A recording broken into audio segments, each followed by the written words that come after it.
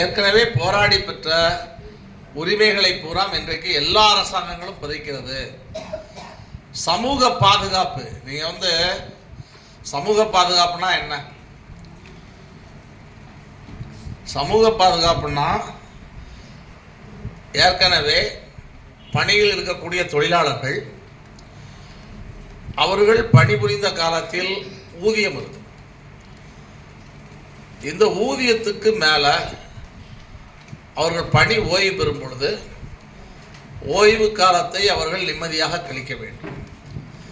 ஓய்வு காலத்தை நிம்மதியாக கழிக்க வேண்டும் என்றால் அதுக்கான சில சோசியல் செக்யூரிட்டி ஸ்கீம் இருக்குது.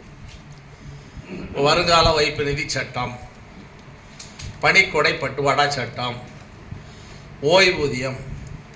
இந்த வருங்கால வைப்பு நிதி சட்டம், பணிக்கொடை பட்டுவாடா சட்டம், அதே போல ஓய்வூதியம், இவையெல்லாம் ஒரு காலத்தில் கிடையாது.